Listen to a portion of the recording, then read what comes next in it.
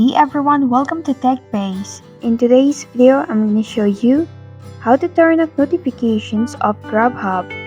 If you want to get rid of notifications of this application, then this video might be helpful. So let's get started. First, open settings on your mobile device. Now scroll down and tap on Apps option. Then select Manage Apps. In the search bar, type in Grubhub and perform your search.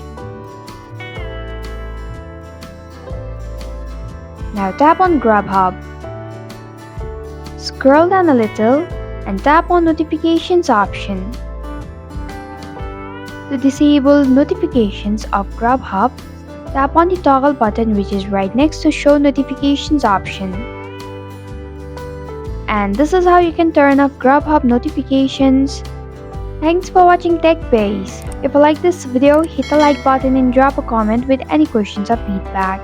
If you are new, subscribe and click the bell icon to stay updated on our future videos.